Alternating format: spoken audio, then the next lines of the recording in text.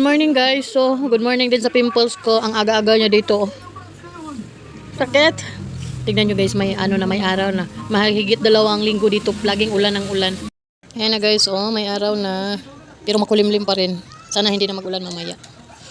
Ayan, makulimlim pa yung kalangitan. Tsaka ang ganda na ng tubo ng mansanitas ko.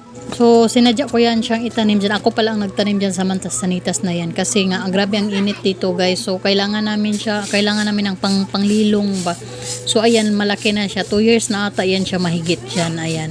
Maganda na yung dahon niya. Kaya lang nakakapagod rin pala magwalis sa mga dahon, pero okay lang, at least hindi kami nahihirapan pag tag-init kasi nga may lilong na yung namin, yung harapan namin.